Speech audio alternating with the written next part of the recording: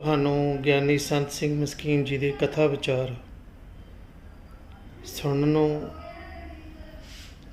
ਮਿਲਦੇ ਨੇ। ਇਸ ਚੈਨਲ 'ਤੇ ਤੁਹਾਨੂੰ ਜਿਹੜੇ ਕਥਾ ਵਿਚਾਰ ਆ ਉਹ ਸ਼ਾਮ ਦੇ ਟਾਈਮ ਜਿਹੜੀ ਕਿ 5 ਵਜੇ ਤੋਂ ਬਾਅਦ ਹਰ ਰੋਜ਼ ਇਸ ਚੈਨਲ 'ਤੇ ਗਿਆਨੀ ਸੰਤ ਸਿੰਘ ਮਸਕੀਨ ਜੀ ਦੀ ਕਥਾ ਵਿਚਾਰ ਤੁਹਾਨੂੰ ਸੁਣਨ ਨੂੰ ਮਿਲਣਗੇ। ਜੇਕਰ ਤੁਸੀਂ ਸਾਡੇ ਇਸ ਚੈਨਲ 'ਤੇ ਨਵੇਂ ਹੋ ਤਾਂ ਸਾਡੇ ਇਸ ਚੈਨਲ ਨੂੰ ਸਬਸਕ੍ਰਾਈਬ ਕਰਨਾ ਨਾ ਭੁੱਲੋ ਅਤੇ ਨਾਲ ਹੀ ਦਿੱਤਾ ਘੰਟੀ ਦਾ ਬਟਨ ਵੀ ਦਬਾ ਦਿਓ ਤਾਂ ਕਿ ਜਦੋਂ ਹੀ ਨਵੀਂ ਕੋਈ ਵੀਡੀਓ ਅਪਲੋਡ ਹੁੰਦੀ ਆ ਸਭ ਤੋਂ ਪਹਿਲਾਂ ਜਿਹੜਾ ਨੋਟੀਫਿਕੇਸ਼ਨ ਆ ਤੁਹਾਡੇ ਤੱਕ ਪਹੁੰਚੇ। ਅਤੇ ਇਸ ਚੈਨਲ ਦੇ ਨਾਲ ਜੁੜ ਕੇ ਤੁਸੀਂ ਵੀ ਆਪਣੇ ਪੁੰਨ ਦੇ ਭਾਗੀ ਬਣੋ ਤਾਂ ਕਿ ਜ਼ਿਆਦਾ ਤੋਂ ਜ਼ਿਆਦਾ ਗੁਰਬਾਣੀ ਦਾ ਕਥਾ ਵਿਚਾਰ ਹੈਗੀ ਆ ਹੋਰ ਵੀ ਸਿੱਖ ਸੰਗਤ ਤੱਕ ਪਹੁੰਚਣ ਅਤੇ ਉਹ ਵੀ ਗਿਆਨੀ ਸੰਤ ਸਿੰਘ ਮਸਕੀਨ ਜੀ ਦੀ ਇਸ ਗੁਰਬਾਣੀ ਤੋਂ ਲਾਹਾ ਲੈ ਸਕਣ। ਵਾਹਿਗੁਰੂ ਜੀ ਕਾ ਖਾਲਸਾ ਵਾਹਿਗੁਰੂ ਜੀ ਕੀ ਫਤਿਹ। ਧੰਨਵਾਦ ਜੀ। अनुसार कुंडलनी की है और इसका जागना की है, ये विस्तार साहिबां दी बाणी द्वारा प्रस्तुत है। कुंडलनी एक ऐसी शक्ति, परम शक्ति जिन्हों जीवन शक्ति कहते, चेतन शक्ति कहते, देव शक्ति कहते, ये नाभि तो थले कुंडल मार के बैठी है, जिस करके इस शक्ति का नाम कुंडलनी पै गया। ये इस तरह सुती हुई है जिस तरह कोई सपनी कुंडल मार के सुती हुई होवे। इस सुती हुई सपनी नूं जगाण लई अक्सर सपेरे बीन वजांदे ने और बीन दी धुन ते मस्त होके सुती हुई सपनी जागदी है, उठदी है, अपना सिर उपर नूं लै जांदी है। जीवन शक्ति दा मूंह भी थल्ले है, सपनी दी तरह कुंडल मार के सुती हुई है और ये शक्ति नाभि तो थल्ले जप तप कीर्तन साधना द्वारा जद ये कुंडलनी जागदी है तां अगे 6 चक्रां दी एक रोक है जिन्हां नूं विन के ये शक्ति पहुंचदी है आग्या चक्र तक, परमानंद तक, परम रस तक, परम निधान तक। ये शक्ति उपर उठे बनदी है राम रस, नाम रस और ये शक्ति थल्ले जाए इसे नूं कहंदे ने एक काम रस है। जीवन दा प्रवाह थल्ले दा वेग काम रस है, जीवन दे प्रवाह दा उपर दा वेग नाम रस है, राम रस है। शक्ति ये जागे किवें? वाहिगुरु वाहिगुरु दा चिंतन, गुरमंत्र दा जाप, मूल मंत्र दा जाप, गुरबाणी दा पाठ, ਇਹਦੇ ਨਾਲ ਇਹ ਸੁੱਤੀ ਹੋਈ ਸ਼ਕਤੀ ਜਾਗਦੀ ਹੈ। ਸਭ ਤੋਂ ਪ੍ਰਥਮ ਨਾਭੀ ਤੋਂ ਉੱਪਰ ਜਿਹੜਾ ਚੱਕਰ ਹੈ ਉਹ ਹੈ ਮੂਲ ਆਧਾਰ। ਇਹਦੇ ਉੱਪਰ ਇੱਕ ਹੋਰ ਚੱਕਰ ਹੈ ਜਿਹਨੂੰ ਕਹਿੰਦੇ ਨੇ ਸਵਦਿਸ਼ਟਾਨ। ਇਹਦੇ ਉੱਪਰ ਫਿਰ ਇੱਕ ਹੋਰ ਚੱਕਰ ਹੈ ਜਿਸ ਨੂੰ ਕਹਿੰਦੇ ਨੇ ਮਣੀਪੁਰ ਔਰ ਇਸ ਤੋਂ ਅੱਗੇ ਇੱਕ ਹੋਰ ਦੁਨੀਆ ਹੈ जिसका नाम है आहत अनाहत चक्र। और जद ये शक्ति कंठ तक पहुंचती है और इत्थे पै चक्र नूं विन के अगे लंघदी है, उस चक्र का नाम है विशुद्ध। सब तो अखीरला चक्र है आग्या चक्र। इंज कह लो अध्यात्मक मंडल दे ये पड़ाव ने जिथों लंघ के जीवन शक्ति नूं उपर जाना पैंदा है, परम धाम तक पहुंचना पैंदा है, परम आनंद तक पहुंचना पैंदा है। मनुख एक शक्ति है, जीवन एक शक्ति है और शक्ति रस दी प्राप्ति कर सके इस तरह की उसके अंदर तीव्र इच्छा है। रस थल्ले भी है, रस उपर भी है, रस लोक दा भी है, रस परलोक दा भी है, रस शरीर दा भी है, रस आत्मा दा भी है, रस संसार दा भी है, रस निरंकार दा भी है, रस थल्ले दा भी है, रस उपर दा भी है। पानी दा वेग थल्ले अपने आप जांदा है, जीवन शक्ति भी थल्ले अपने आप जांदी है। किसी प्रेरणा की लोड़ नहीं, मनुख नूं कोई प्रेरणा देण दी लोड़ नहीं भी तू क्रोधी बन जा, लोभी बन जा, कामी बन जा, बेईमान बन जा, झूठा बन जा, ये अपने आप बन जाता है। सतवादी बनना है, संतोखी बनना है, दयालु बनना है, खिमावान बनना है, शीलवान बनना है, तो फिर उद्यम उपराले ते वसीलियां दी लोड़ है। जिवें पानी उपर उठे तो बिना प्रेशर दे उपर नहीं जा सकता, हो बहु जीवन शक्ति नूं भी कोई दबाव चाहिए पिछे जिस दे आसरे ते ये उपर उठ सके। ओ दबाव, ओ प्रेशर है केवल जप। जप करदियां ये शक्ति उठदी है। जबान तो जप दी धुनी कन्ना दे राही जद अंदर प्रवेश करती है तां फिर सुत्ती हुई जीवन शक्ति जागदी है।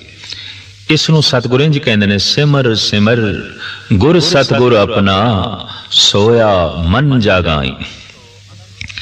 अनंत काल तो अनंत जन्मां दे साडी जीवन शक्ति सुत्ती ही रही है और जीवन अक्सर मनुख सौ के ही बतीत कर देंदा है। जागत सोया जन्म गवाया। ये शक्ति जागे उपराले ने सतसंग ते जप, और जैसे शक्ति ऊपर उठदी है, मूलाधार चक्र नूं विन के ऊपर उठदी है तो मनुख दी काम वासना समाप्त हो जाती है।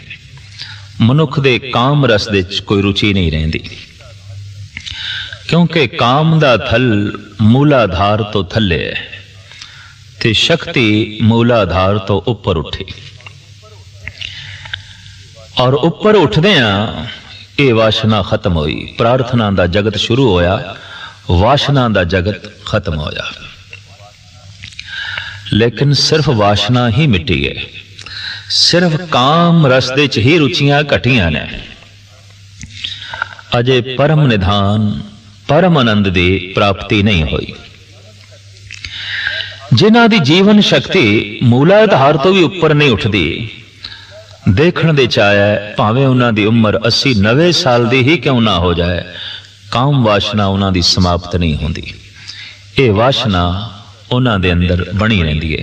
पुंडर केस कुसम ते धौले, सपल पताल की बाणी, लोचन सर में बुध बल नाठी, ता काम पावस माधानी। भगत लोचन जी महाराज दा कथन। केस चिट्टे हो गए, चेहरे ते झुरियां पै गई, बचन शुद्ध नहीं निकले दे और अखां दे दीद नहीं रही। कमजोरी ने चारों पासे शरीर नूं निढाल कीता है, लेकिन काम वासना दी मधानी इस टुटी हुई मटकी दे च भी चल रही है। भावें मधानी दे च कुछ नहीं रही, चाटी नहीं रही, दही नहीं है, कुछ भी नहीं है, पर इस टुटी हुई खुश्क मटकी दे अंदर भी काम दी मधानी बकायदा चल रही है। ता काम पावस माधानी।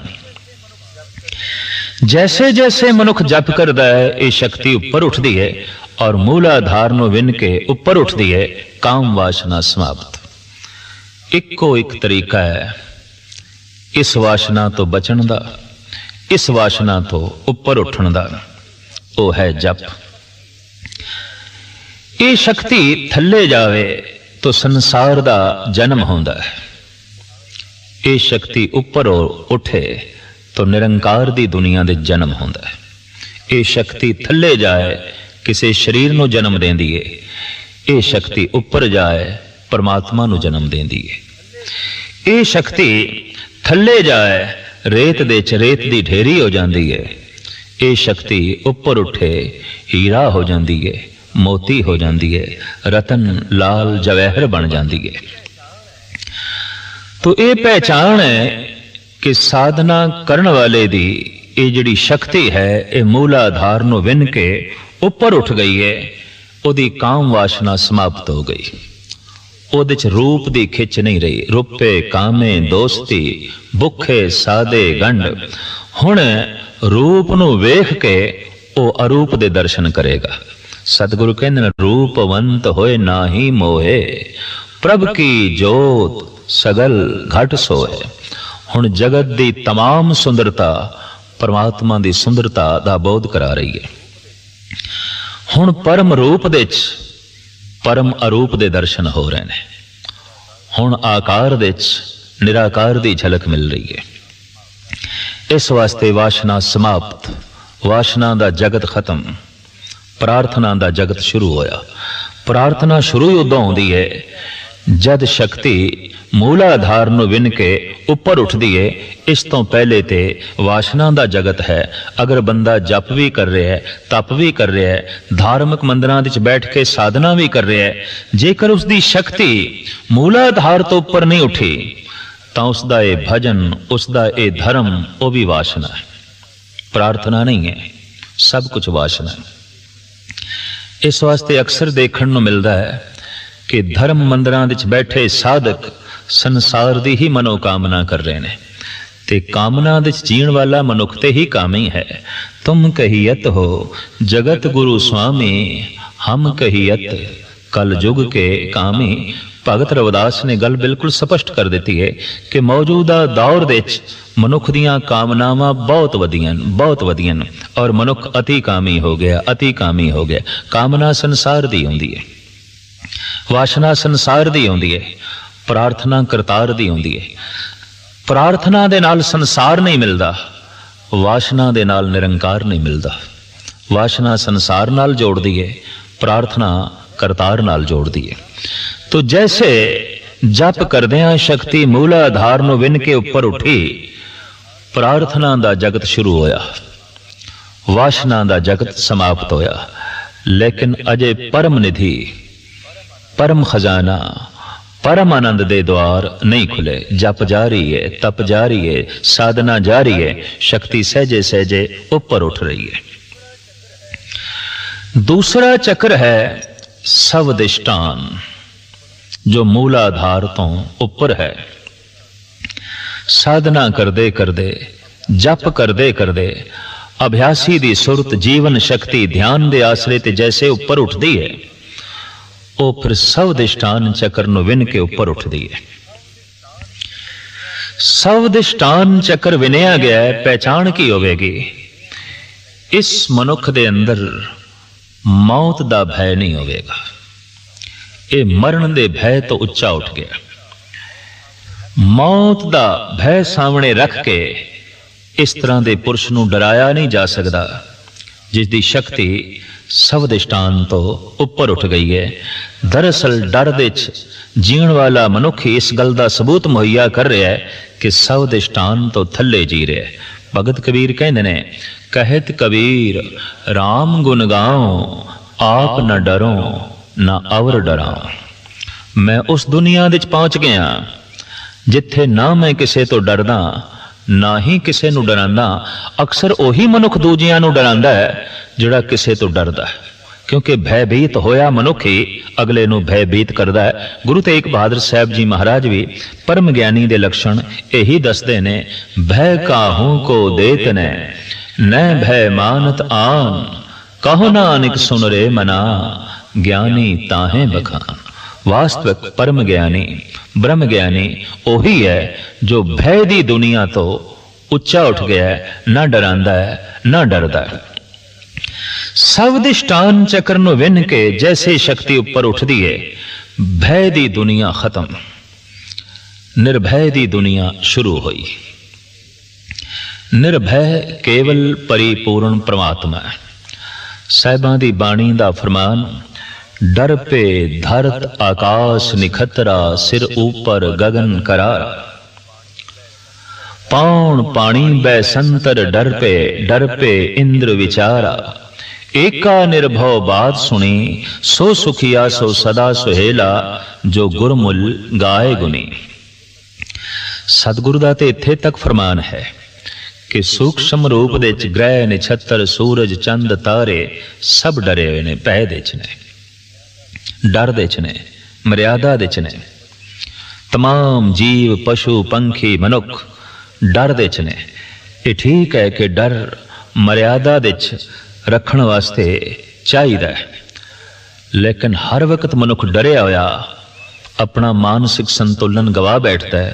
किधरे मैं बीमार ना हो जावां, किधरे मैं मर ना जावां, किधरे मेरा कमाया होया धन नाश ना हो जाए, बनी बनाई प्रतिष्ठा मेरी खत्म ना हो जाए, किधरे मेरा रुतबा कोई खो ना लवे, किधरे जंग दे या मुकदमे दे मैं हार ना जावां। ये भय मनुख नूं बणिया रहिंदा है। सवदिष्टान चक्र नूं विन के जैसे जीवन चेतना जीवन शक्ति उपर उठदी है, ये भय दी दुनिया खत्म हो गई, निर्भय दी दुनिया आरंभ हुई और परिपूर्ण परमात्मा चूंकि निर्मल है हुण उसदा ही भय शुरू होया। भाव ओदी गल मनण दा अंदर चाव पैदा होया। इसे नूं सतगुरु कहंदे निर्मल भाव पाया, हर गुण गाया, हर वेखे राम हदूरे। परमात्मा आप निर्मल है, ओदा भय भी निर्मल है। जगत मैला है, जगत दा भय भी मैला है। जगत दा भय जिस दे अंदर है वो निर्मल नहीं हो सकेगा, ते परमात्मा दा भय जिस दे अंदर है वो मैला कदी नहीं हो सकेगा, सदैव निर्मल होवेगा। बाबे फरीद दे श्लोकां दे साहिब गुरु अमरदास जी महाराज दा एक परम पावन श्लोक है, भय पईए तन खीण होए, लोभ रत विचों जाए, ज्यों बै संतर धात सुध होए, त्यों हर का भव दुर्मत मैल गवाए। जिस तरह अगन सोने दी तमाम खोट नूं कढ देंदी है, रब्बी निर्मल भय मनुख दे तमाम विकारां नूं शांत कर देंदा है, मनुख दे तमाम पतत संस्कारां नूं खत्म कर देंदा है। तो सवदिष्टान चक्र नूं विन के जैसे जीवन चेतना उपर उठी, मौत दा भय खत्म हो गया। किसी प्रकार दे भय दा जिहड़ा बोझ सी वो सिर तो लै गया, निर्भय दुनिया आरंभ हुई, सिर दे सारे बोझ उतर गए। जप जारी है, तप जारी है, साधक दी साधना बकायदा जारी है, राही है ये मंजिल दा चल रहा है, चल रहा है। ठिकाना की है, आ गया चक्कर नूं विन के अगे जाना, किथे? परम आनंद तक, परम शांति तक, परम निधान तक, परम पुरख तक, जिसनों कहा है परमात्मा ईश्वर अकाल पुरख, उत्थे तक पहुंचना है।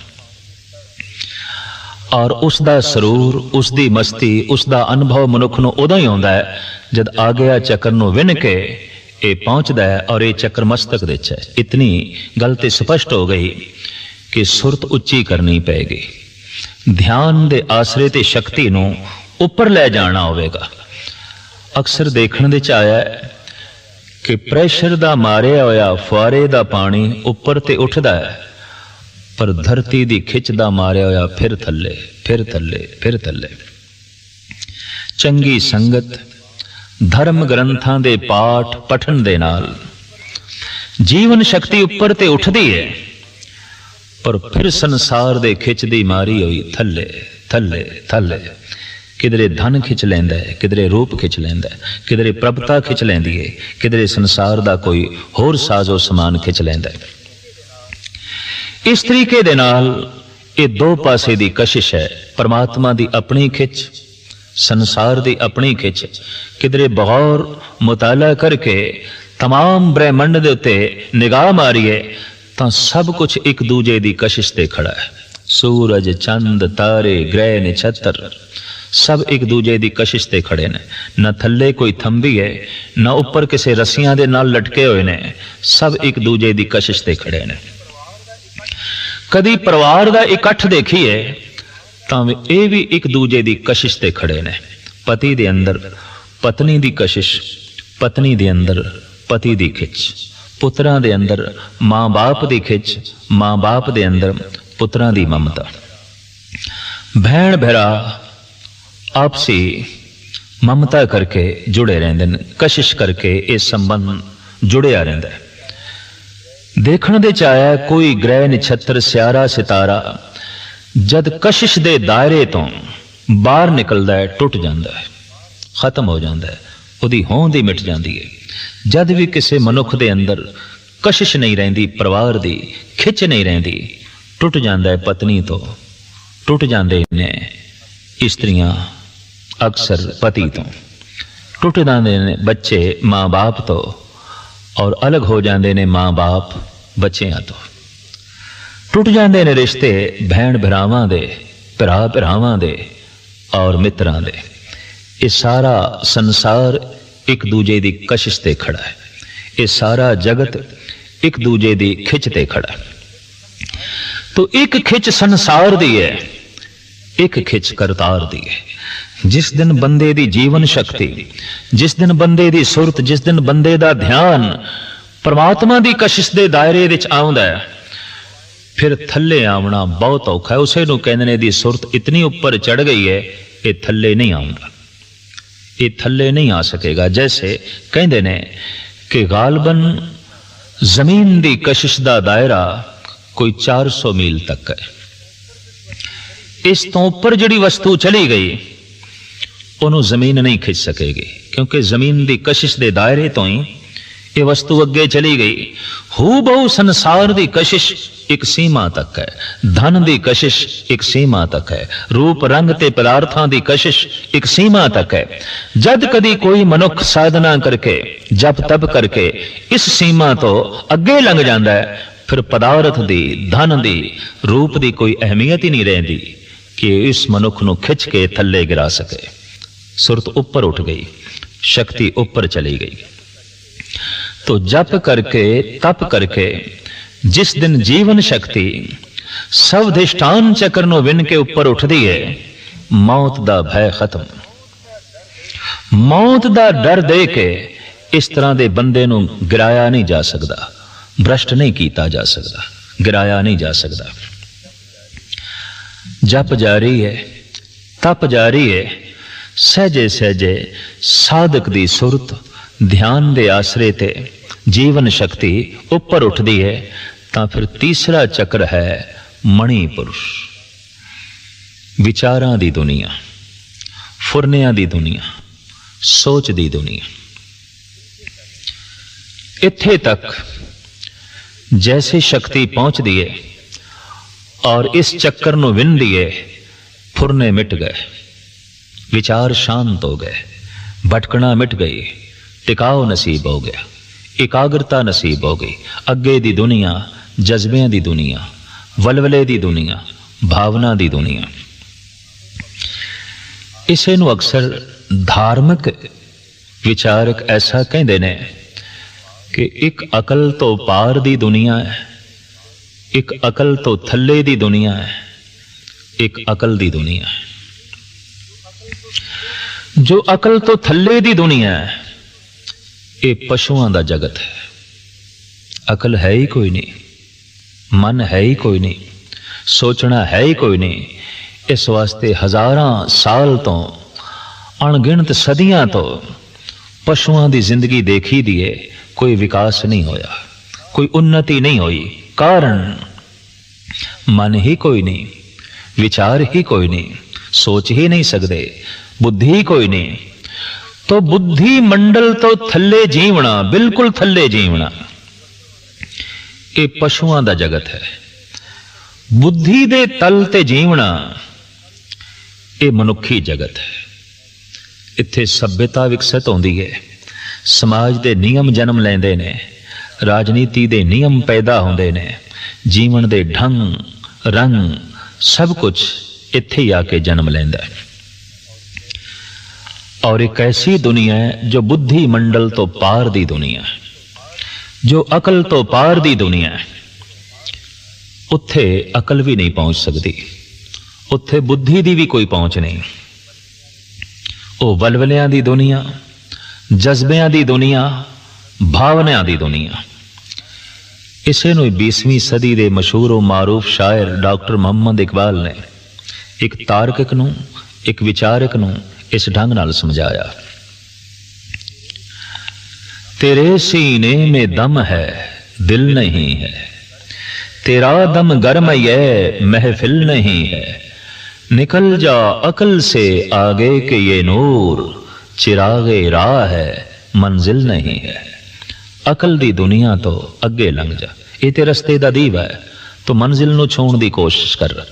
ਇਹ ਤੇ ਰਾਹ ਦਾ ਦੀਪਕ ਹੈ, ਦੀਪਕ ਦੀ ਪਰਿਕਰਮਾ ਨਾ ਕਰ।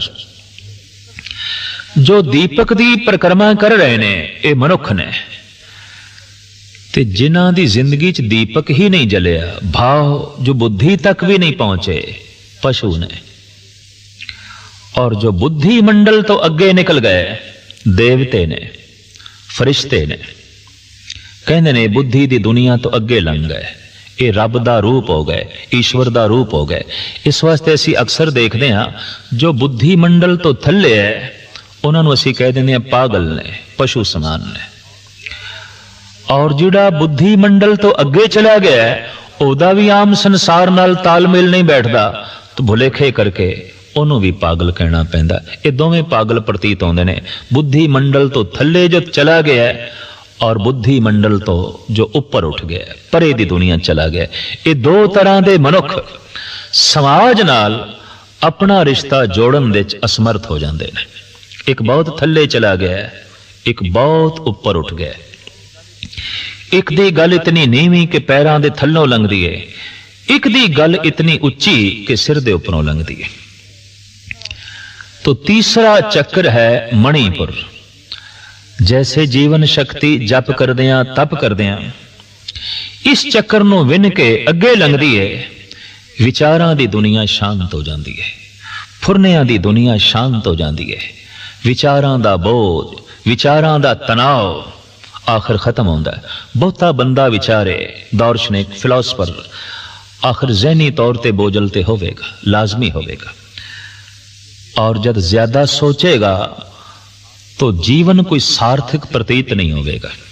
ज्यादा सोचेगा तो संसार की अहमियत खत्म होगी। ज्यादा सोचेगा उन्होंने यह भी महसूस होगा कि जगत विच ऐसा कुछ भी नहीं जो मैनू तृप्त कर सके, तो बेजार हो जाएगा, बेचैन हो जाएगा। बेचैनी, बेजारी ये सियाणे मनुख की पहचान है।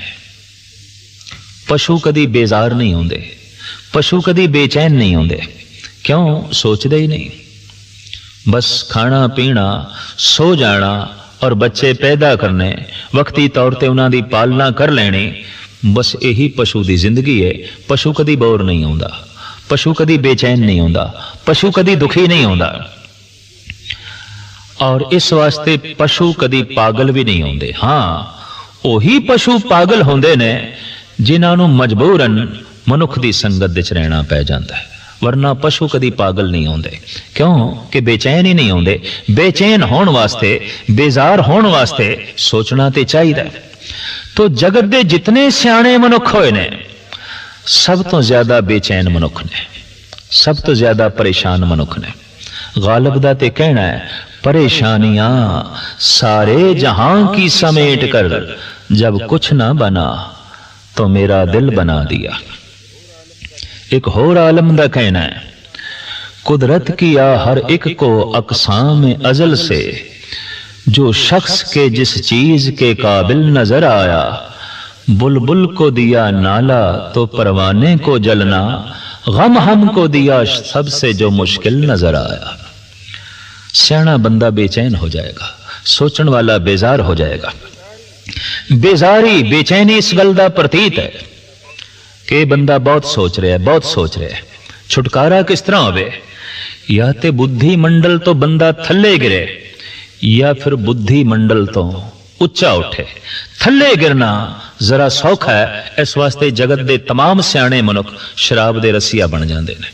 चाहे कवि ने, साहित्यकार ने, कलम के धनी ने, दिमाग के धनी ने, ज्यादा सोचने वाले ने अक्सर शराब की परिक्रमा करते हैं और बुद्धि मंडल तो थले गिर जाते हैं। ਉਹਦਾ ਇੱਕੋ ਇੱਕ ਕਾਰਨ, ਬਹੁਤਾ ਸੋਚਦੇ ਨੇ, ਬਹੁਤੀ ਬੇਚੈਨੀ, ਬਹੁਤਾ ਸੋਚਦੇ ਨੇ, ਬਹੁਤਾ ਹੀ ਗਮ, ਬਹੁਤਾ ਸੋਚਦੇ ਨੇ, ਬਹੁਤੀ ਬੇਜ਼ਾਰੀ। ਕਿਉਂਕਿ ਪ੍ਰਤੀਤ ਹੋ ਜਾਂਦਾ ਜਗਤ ਤੇ ਕੁਝ ਵੀ ਨਹੀਂ, ਇਹ ਜੀਵਨ ਤੇ ਕੁਝ ਵੀ ਨਹੀਂ। ਤੋ ਇੱਕੋ ਇੱਕ ਆਸਰਾ ਰਹਿ ਜਾਂਦਾ ਬੁੱਧੀ ਤੋਂ ਥੱਲੇ ਗਿਰਨ ਦਾ, ਸ਼ਰਾਬ। ਪਰ ਇੱਕ ਹੋਰ ਵੀ ਸਹਾਰਾ ਹੈ। ਗੁਰਬਾਣੀ ਕਹਿੰਦੀ ਹੈ, ਅਕਲ ਤੋਂ ਉੱਚੇ ਉੱਠ ਜਾਓ, इस सोच, बेजारी, बेचैनी दी दुनिया तो उच्चे उठ जाओ। पर ओ मदरा बाजार विच बिकदी नहीं, ओ मदरा खुद बनानी पैंदी है। उसनों गुरु नानक देव जी महाराज इंज कहंदे ने जन्म साखी दी पंक्ति विच, नाम खुमारी नानका चढ़ी रहे दिन रात जप करदियां तप करदियां। जद जीवन शक्ति मणिपुर चक्कर नूं विन के अगे लंघदी है तां विचारां दी दुनिया खत्म, फुरनियां दी दुनिया खत्म, सोचण दी दुनिया खत्म। बुद्धि जिथे तक सोच सकदी सी उस सीमा नूं छू लिया गया ते हुण सीमा तो पार जाण दी तैयारी है, बुद्धि मंडल तो अगे जाण दी तैयारी है। इस वास्ते अक्सर धार्मिक सियाणे कहंदे ने कि मनुख दी सोचनी जिथे खत्म होंदी है रब दी गल उत्थों शुरू होंदी है। संसार दी सोचनी जिथे खत्म होंदी है परमात्मा दी गल उत्थों शुरू होंदी है। इस वास्ते परमात्मा नूं कदी बुद्धि मंडल दे विच बंद नहीं कीता जा सकदा, अपने सोच मंडल दे विच बंद नहीं कीता जा सकदा। कुंडलनी सुरझी सत संगत परमानंद गुरु मुख मचा। जीवन शक्ति जो कुंडल मार के नाभि तो थल्ले सुती पई है और जिसदा ध्यान जिसदा मुंह थल्ले दी तरफ है उसनों ऊपर कैसे उठाया जाए ते आ गया चक्कर नूं विन के परम आनंद दी दुनिया दे ये शक्ति किस तरह पहुंचे।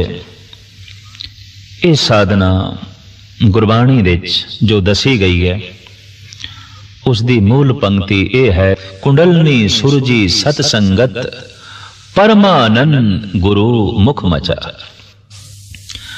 गुरबाणी दा जप करदियां गुरु दी संगत करदियां साध संगत विच बैठदियां कुंडलनी जाग पई, सुरज गई, सुती हुई कुंडलनी जाग पई।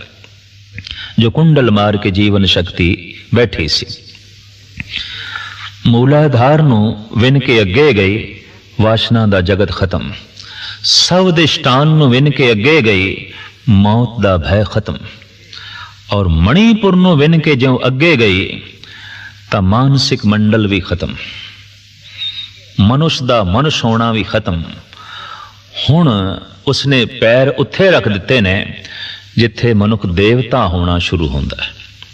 हुण देवते दा जन्म होना शुरू होया, हुण फरिश्ता गर्भ दे च आ गया, एदा जन्म होवेगा। क्यों कि मणिपुर तो अगे चला गया, सोच मंडल तो भी अगे चला गया, विचार शक्ति तो भी अगे चला गया। अगला चौथा जो चक्र है इनू अनाहत चक्र कहा है। जप करदियां तप करदियां जीवन शक्ति जद इस अनाहत चक्र नूं विन के अगे लंघदी है तां साज दुनिया अनेकां वाजे इस मनुख दे अंदर वज पैंदे ने। आनंद मंगल दुनिया दी झंकार चारों पासे गूंजण लग पैंदी है। परमात्मा दा नाद चारों पासे सुनाई देंदा है। हुण वो हर पासे हर थां हर वक्त सुन रहा है, परमात्मा नूं ही सुन रहा है। जो बोलत है मृग मीन पंखेरू सो बिन हर जापत है नहीं होर। हुण बदलां दी गर्जन परमात्मा दा ही नाद है। हुण लहरां दे टकराव तो शोर परमात्मा दे ही बोल ने। हुण पंछियां दी चहचहाहट ईश्वर दा ही गीत है। हुण मनुखी दुनिया दी आवाज प्रभु दे ही बोल ने। आहत शब्द तो अनाहत दी दुनिया आरंभ हो गई। अंदर तरह तरह दे वाजे वज पे जिसदा जिक्र मेरे पातशाह इंज करदे ने, वाजे नाद अनेक असंखा केते वावण हारे। देखण दे च ऐसा आया है कि साज आवाज गीत दे जन्मदाते महापुरुष होए ने, ईश्वरी लोग होए ने जिन्हां दा संबंध परमात्मा नाल जुड़े है। देखदे हां डमरू शिव जी दे हथ दे च है, एक तारा नारद ते मीरां दे कोल है।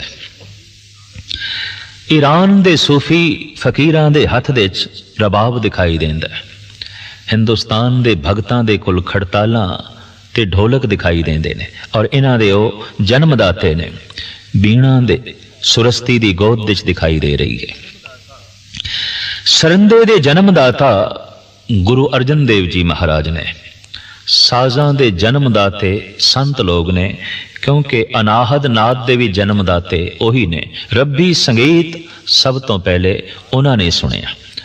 ਇਸ ਵਾਸਤੇ ਧਾਰਮਿਕ ਦੁਨੀਆ ਦੇ ਲੋਕਾਂ ਨੇ ਨਾਰਾ ਲਾਇਆ ਕਿ ਅਨਾਹਦ ਨਾਦ ਸੰਗੀਤ ਜਿਤਨਾ ਈਸ਼ਵਰ ਦੇ ਨੇੜੇ ਹੈ, ਇਤਨਾ ਹੋਰ ਕੁਛ ਵੀ ਨੇੜੇ ਨਹੀਂ। ਗੁਰੂ ਨਾਨਕ ਦਾ ਤੇ ਮਾਰਗ ਹੀ ਗੀਤ ਸੰਗੀਤ ਦਾ। ਗੁਰੂ ਨਾਨਕ ਨੇ ਕੋਈ ਵਰਤ ਨਹੀਂ ਰੱਖੇ, ਪ੍ਰਾਣਾਯਮ ਨਹੀਂ ਕੀਤੇ। ਗੁਰੂ ਨਾਨਕ ਨੇ ਕੋਈ ਪੁੱਠਾ ਲਟਕ ਕੇ ਤਪ ਨਹੀਂ ਕੀਤਾ, ਕੋਈ ਗੁਫਾ ਦੇ ਚ ਨਹੀਂ ਬੈਠੇ, ਭੋਰਿਆਂ ਚ ਨਹੀਂ ਬੈਠੇ। ਗੁਰੂ ਨਾਨਕ ਨੇ ਸਿਰਫ ਗਾਵਿਆ, ਰਬਾਬ ਦੀ ਧੁਨ ਤੇ ਈਸ਼ਵਰੀ ਗੀਤਾਂ ਨੂੰ ਜਨਮ ਦਿੱਤਾ ਹੈ, ਸਿਰਫ ਗਾਇਆ ਹੈ। ਪਰ ਇਤਨੀ ਇਕਾਗਰਤਾ ਦੇ ਨਾਲ ਗਾਇਆ ਹੈ, ਇਤਨਾ ਟਿਕ ਕੇ ਗਾਇਆ ਹੈ ਕਿ ਗੁਰੂ ਨਾਨਕ ਦਾ ਗਾਵਣਾ ਹੀ ਜਪ ਬਣ ਗਿਆ, ਗੁਰੂ ਨਾਨਕ ਦਾ ਗਾਵਣਾ ਹੀ ਤਪ ਬਣ ਗਿਆ, ਗੁਰੂ ਨਾਨਕ ਦਾ ਗਾਵਣਾ ਹੀ ਜੋਗ ਬਣ ਗਿਆ, ਗੁਰੂ ਨਾਨਕ ਦਾ ਗਾਵਣਾ ਹੀ ਸਮਾਧੀ ਬਣ ਗਿਆ। ਜੋਗ ਬਣਿਆ ਤੇਰਾ ਕੀਰਤਨ ਗਾਈ। ਦੁਨੀਆ ਦਾ ਇਹ ਵਾਹਿਦ ਰਹਿਬਰੀ ਪੁਰਸ਼ ਹੈ ਜਿਸ ਨੇ ਗਾ ਗਾ ਕੇ ਲੋਕਾਂ ਨੂੰ ਬਦਲਿਆ। ਸੱਜਣ ਠੱਗ ਹੈ, ਉੱਥੇ ਵੀ ਸਤਿਗੁਰੂ ਇਹੀ ਕਹਿੰਦੇ ਨੇ, ਮਰਦਾਨਿਆਂ ਰਬਾਬ ਛੇੜ ਰੱਬੀ ਕਲਾਮ ਆਈਏ। ਉਜਲ ਕੇਹਾ ਚਿਲਕਣਾ ਘੋਟਣਮ ਕਾਲੜੀ ਮਸ। ਇਹ ਧੋਤਿਆਂ ਝੂਠ ਨਾ ਉਤਰੇ ਜਿਸੋਂ ਧੋਵਾਂ ਤਿਸ। ਗਾਉਣ ਲੱਗ ਪਏ। ਗਾਉਂਦਿਆਂ ਹੀ ਧੁਨ ਸੁਣ ਕੇ ਸੱਜਣ ਦਾ ਹਿਰਦਾ ਪਸੀਜਿਆ। ਸਤਿਗੁਰੂ ਨੇ ਗਹਿਰੀ ਚੋਟ ਕੀਤੀ ਹੈ, ਸੱਜਣ ਤੂੰ ਠੱਗ ਬਣ ਕੇ ਠੱਗੀ ਕਰ, ਸੱਜਣ ਬਣ ਕੇ ਠੱਗੀ ਨਾ ਕਰ। ਜਦ ਤੂੰ ਠੱਗ ਬਣ ਕੇ ਠੱਗੀ ਕਰੇਗਾ ਤਾਂ ਫਿਰ ਬਹੁਤੇ ਬੰਦੇ ਮਾਰ ਨਹੀਂ ਖਾਣਗੇ, ਪਰ ਜਦ ਤੂੰ ਸੱਜਣ ਬਣ ਕੇ ਠੱਗੀ ਕਰਦਾ ਹੈ ਤਾਂ ਬਹੁਤੇ ਤੇਰੀ ਇਸ ਠੱਗੀ ਦੀ ਲਪੇਟ ਦੇ ਚ ਆ ਜਾਂਦੇ ਨੇ, ਬਹੁਤੇ ਦੁਖੀ ਹੁੰਦੇ ਨੇ, ਬਹੁਤੇ ਬੇਜ਼ਾਰ ਹੁੰਦੇ ਨੇ। ਠੱਗੀ ਕਰ, ਠੱਗ ਬਣ ਕੇ, ਸੱਜਣ ਬਣ ਕੇ ਨਹੀਂ। ਬਚਨ ਚੋਟ ਕਰ ਗਏ। ਇਹ ਠੱਗ ਵਾਕਈ ਸਾਧੂ ਬਣ ਗਿਆ। ਚਾਹੇ ਚੋਰ ਗੁਰੂ ਨਾਨਕ ਨੂੰ ਮਿਲੇ, ਠੱਗ ਮਿਲੇ, ਦੈਂਤ ਮਿਲੇ, ਸ਼ੈਤਾਨ ਮਿਲੇ, ਜਾਂ ਜੋਗੀ ਜੰਗਮ ਮਿਲੇ, ਸੰਨਿਆਸੀ ਮਿਲੇ, ਤਪੀਸ਼ਵਰ ਮਿਲੇ, ਜਪੀਸ਼ਵਰ ਮਿਲੇ, ਗੁਰੂ ਨਾਨਕ ਗਾ ਕੇ ਸਾਰਿਆਂ ਦੇ ਹਿਰਦੇ ਸ਼ੁੱਧ ਕਰਦੇ ਰਹੇ ਔਰ ਗਾ ਗਾ ਕੇ ਲੋਕਾਂ ਦੀ ਸੁਰਤ ਨੂੰ ਪ੍ਰਭੂ ਨਾਲ ਜੋੜਦੇ ਰਹੇ। ਜਗਤ ਦਾ ਇਹ ਵਾਹਿਦ ਰਹਿਬਰੀ ਪੁਰਸ਼ ਹੈ ਜੋ ਹਰ ਥਾਂ ਤੇ ਗਾਉਂਦਾ ਹੈ, ਹਰ ਵਕਤ ਗਾਉਂਦਾ ਹੈ, ਹਰ ਵੇਲੇ ਗਾਉਂਦਾ ਹੈ। ਇਤਨਾ ਗੀਤ ਸੰਗੀਤ ਗੁਰੂ ਨਾਨਕ ਦੇ ਅੰਦਰੋਂ ਜਨਮ ਲੈਂਦਾ ਹੈ। ਪੁੱਛੀਏ ਆਪ ਨੂੰ ਕੀਰਤਨ ਸਿਖਾਉਣ ਵਾਲੇ ਕੌਣ ਸਨ? ਕਿਸ ਕੋਲ ਰਾਗ ਦੀ ਧੁਨ ਆਪ ਨੇ ਸਿੱਖੀ ਹੈ? ਕਵਿਤਾ ਕਿਸ ਕੋਲ ਸਿੱਖੀ ਹੈ? ਕਿਸੇ ਕੋਲ ਨਹੀਂ। परिपूर्ण परमात्मा नाल जैसे सुरत जुड़ी है और ध्यान जीवन शक्ति अनाहद चक्र नु विन के जैसे अगे लंघी है। संगीत दी दुनिया आरंभ हो गई। संगीत सीखना की जीवन संगीत हो गया। हुण गीत सीखना की है, जिंदगी ही गीत बन गई।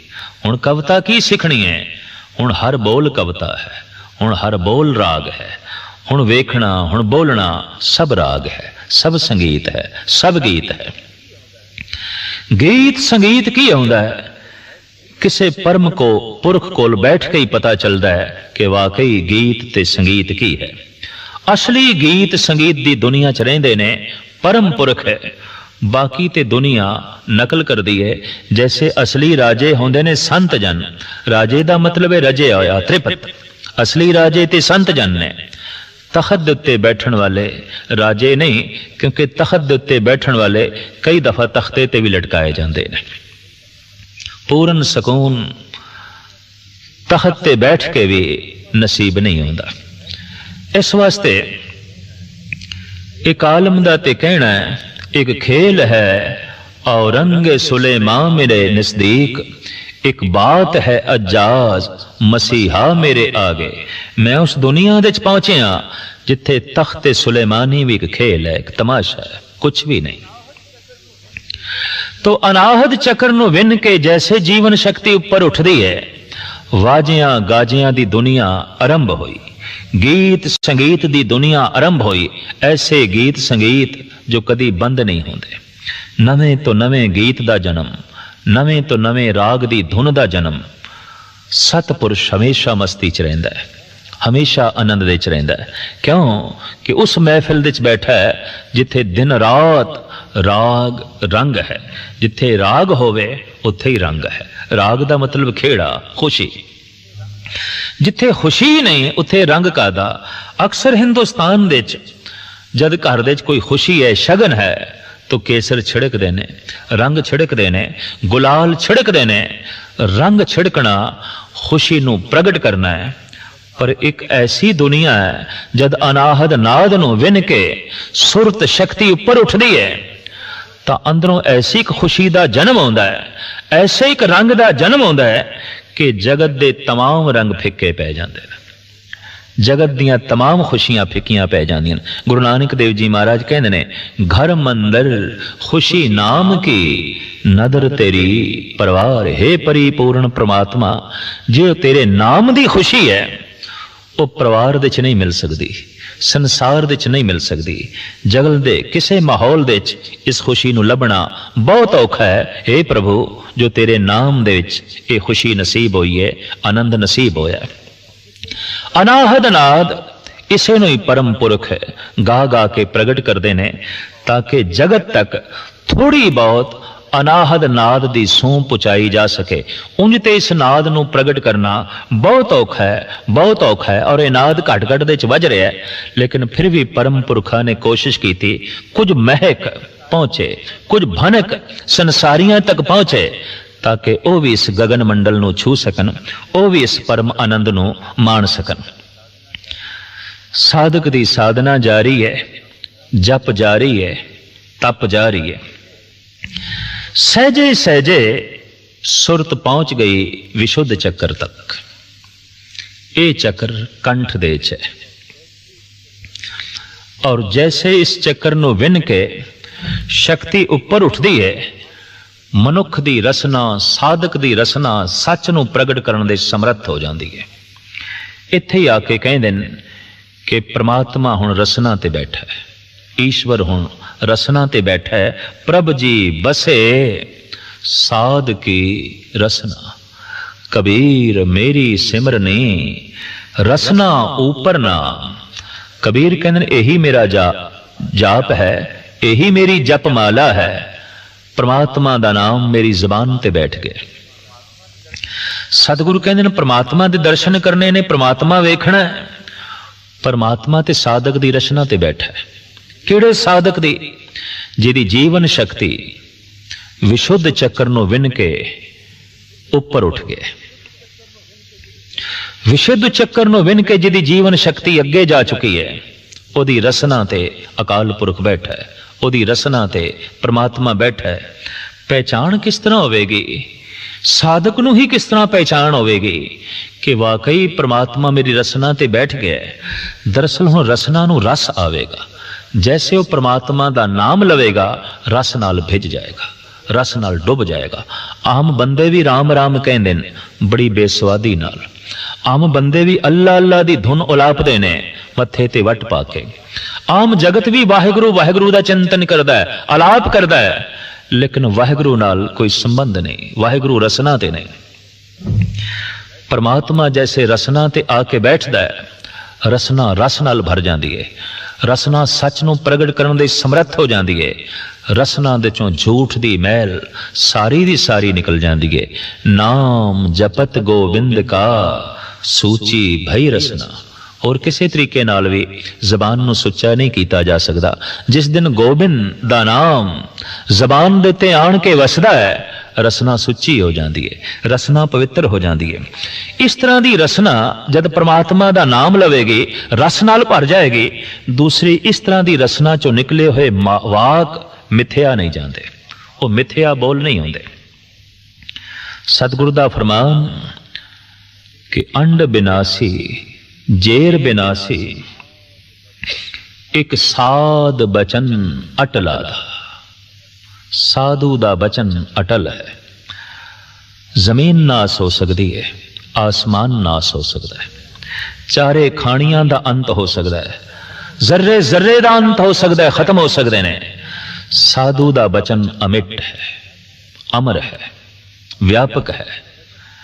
और वो ऐसा बचन जिहदे च परम शक्ति है।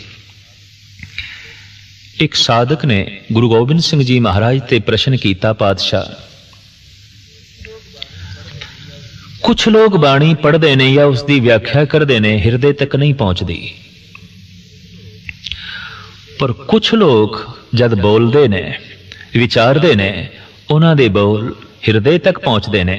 बाणी ओही है, विचार ओही है, पर किसी दे बोल हिरदे तक पहुंचते ने, किसी दे नहीं पहुंचते। इहदा कारण संक्षेप दे प्रत्यक्ष प्रमाण दे राहीं गुरु गोबिंद सिंह जी महाराज ने समझाने की कोशिश की थी। दो मनुख लियांदे गए, दोवां नूं धनुष बाण दे दिते गए, सामने एक निशाना रख दिता गया। एक कमजोर से, लागर से, बीमार से, हड्डियां दा ढांचा से, कुबड़ा से, नाले निशानची भी नहीं सी। दूसरा तंदुरुस्त से, पहलवान से, शक्तिशाली से, नाले निशानची भी से। पहले ने सतगुरु नूं, पहले मनुख नूं जो कमजोर ते लागर है, गुरुदेव कहते ने निशाना मार, तीर चला। जैसे वो धनुष बाण चलांदा है, बाण रस्ते च गिर गया। निशाने ते वजना ते की, निशाने तक पहुंचिया भी कोई नहीं, रस्ते च गिर गया। फिर सतगुरु ने दूसरे नूं आग्या की थी, तू तीर चला। उन्हें खिंच के जैसे तीर मारिया, तीर निशाने ते लगे, अपनी मंजिल ते अपड़िया। सतगुरु कहने लगे, थोड़े सवाल दा ये जवाब है। सतगुरु समझ नहीं आई तो महाराज कहने लगे, ये पहले बंदे दा तीर विचकार क्यों गिर गया? महाराज ये निशानची नहीं, नाले कमजोर है, ये चिल्ला ही नहीं चढ़ा सकता, इहदे कोल शक्ति नहीं, इहदे कोल बल नहीं।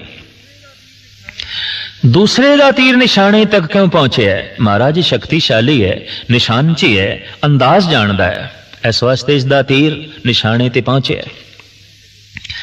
सतगुरु कहने लगे, जिन्हां दी रसना ते परमात्मा नहीं, उन्हां दे बचनां च कोई सत्या नहीं। वो बचन ते कन्ना तक भी नहीं पहुंचते, हिरदे तक किस तरह पहुंचणगे? वो ते सरवण भी सुणन दे असमर्थ रह जाते हैं। वो बचन रस्ते च गिर जाते हैं, हिरदे तक पहुंचते ही नहीं। तो जब हिरदे तक पहुंच ही नहीं, तो हिरदे नूं परिवर्तन करन ते किस तरह करन, हिरदे नूं चोट करन ते किस तरह करन? वो बचन रस्ते च गिर जाते हैं। कुछ बचनां दे पिछे कमाई दी शक्ति है, जप तप दी शक्ति है, साधना दी शक्ति है, और वो बचन सीधे निशाने तक पहुंचते हैं, हिरदे तक पहुंचते हैं। और उत्थे मनुख नूं बचन बयान करने का ढंग भी आ जाता है, कित्थे की बोलना है, वक्त विचारे, सुबंधा होए, उन्होंने मौका महल की पहचान भी होंदी है, समय की पहचान भी होंदी है। जैसे ब्याह शादी के घर दे सोग दियां गल्लां फबदियां नहीं, और इसे तरीके नाल मर्ग वाले घर दे ब्याह शादी दे सोले चंगे नहीं लगते। मौका महल के मुताबिक गल करनी यही बंदे का फर्ज है। और ये फर्ज सनासी उदों पैदा होती है जद जीवन शक्ति विशुद्ध चक्कर नूं विन के अगे लंघदी है। मौका महल की पहचान बंदे नूं, बचन कित्थे कहना है, कितना कहना है और किसनूं कहना है, इस तरह का बोध बंदे कोल पूर्ण तौर पर होंदा है। विशुद्ध चक्कर नूं विन के जैसे जीवन शक्ति अगे लंघदी है, इस तरह के मनुख की रसना ते परमात्मा आप होंदा है। सच नूं प्रगट करन दे उहदी रसना समर्थ होंदी है। और इस तरह के मनुखों बारे गुरबाणी कहती है, प्रभ जी बसे साध की रसना। लेकिन अजे परम निधि की प्राप्ति नहीं हुई, अजे परम आनंद की प्राप्ति नहीं हुई। अद्धी तो ज्यादा वाट तय हो गई। मूलाधार चक्र थल्ले रह गया, सवधिष्ठान चक्र थल्ले रह गया, मणिपुर चक्र थल्ले रह गया, अनाहत चक्र तो दूर चले आए। हुण विशुद्ध चक्कर नूं विन के जैसे जीवन शक्ति ऊपर उठी ते पहुंची आ गया चक्कर तक। और जैसे चक्कर विनिया गया ਉੱਥੇ ਹੁਣ ਮਨੁੱਖ ਤੇ ਪ੍ਰਮਾਤਮਾ ਦੇ 'ਚ ਕੋਈ ਭੇਦ ਨਹੀਂ ਰਹਿ ਗਿਆ। ਹੁਣ ਸੱਚਖੰਡ ਵਸੇ ਨਿਰੰਕਾਰ, ਸੱਚ ਦੇ 'ਚ ਮਨੁੱਖ ਹੈ ਔਰ ਮਨੁੱਖ ਦੇ 'ਚ ਸੱਚ ਹੈ। ਇਸ ਅਵਸਥਾ ਦੇ ਅਪੜੇ ਹੋਏ ਮਨੁੱਖ ਦੀ ਤਸਵੀਰ ਕਸ਼ੀ ਗੁਰਬਾਣੀ ਨੇ ਇੰਜ ਕੀਤੀ ਹੈ, ਗੁਰ ਕਿਰਪਾ ਜਹ ਨਰਕੋ ਕੀਨੀ ਤੇ ਇਹ ਜੁਗਤ ਪਛਾਨੀ, ਨਾਨਕ ਲੀਨ ਭਇਓ ਗੋਬਿੰਦ ਸਿਉ ਜਿਉ ਪਾਣੀ ਸੰਗ ਪਾਣੀ। ਹੁਣ ਬੂੰਦ ਸਾਗਰ ਤੱਕ ਪਹੁੰਚ ਗਈ। ਨਾਮੇ ਨਾਰਾਇਣ ਨਹੀਂ ਭੇਦ, ਰਾਮ ਕਬੀਰੇ ਭੇਦ ਨਾ ਭਾਈ। अब तो जाए चढ़े सिंहासन, मिले हैं सारंग पानी। राम कबीरा एक भय हैं, कोई न सके पछानी। हुण कबीर राम तक पहुंच गए ने ते भगत कबीर जद इस अवस्था ते पहुंचे, आ गया चक्कर नूं विन के अगे लंघे। कहंदे हुण रब दी तलाश नहीं, हुण रब मेरी तलाश दे च है, हुण परमात्मा मेरी तलाश दे च। बड़ा सुंदर बचन है उन्हां दा। कबीर मन निर्मल भया, जैसे गंगा नीर, पाछे लागो हर फिरे, कहत कबीर कबीर। हुण ते कबीर दी तलाश है जगत नूं, परमात्मा नूं। मैनूं परमात्मा दी तलाश ही नहीं। हुण ते बूंद ही सागर हो गई। इस अवस्था दा जिक्र गुरु नानक देव जी महाराज इंज करदे ने, सागर में बूंद, बूंद में सागर, अकथ कथा गुर बचनी आदर। इस अवस्था नूं बयान करना सतगुरु कहंदे अकथ कथा है, कथन तो परे है। आ गया चक्कर नूं विन के जैसे जीवन शक्ति ऊपर उठदी है, परम धाम दी प्राप्ति हो गई, सहभंग दी प्राप्ति हो गई, ईश्वर दी प्राप्ति हो गई, सचखंड दी प्राप्ति हो गई। हुण मर के की सचखंड जावना, हुण जीवदियां जी सचखंड दी झलक वेख लई। कहत कबीर जो हर ध्यावे, जीवत बंधन तोरे। इस अवस्था तक करीबन करीबन करोड़ां दे कोई एक अध मनुख पहुंचदा है। जन नानक कोटन में किन्हू, नारायण जहें चीत।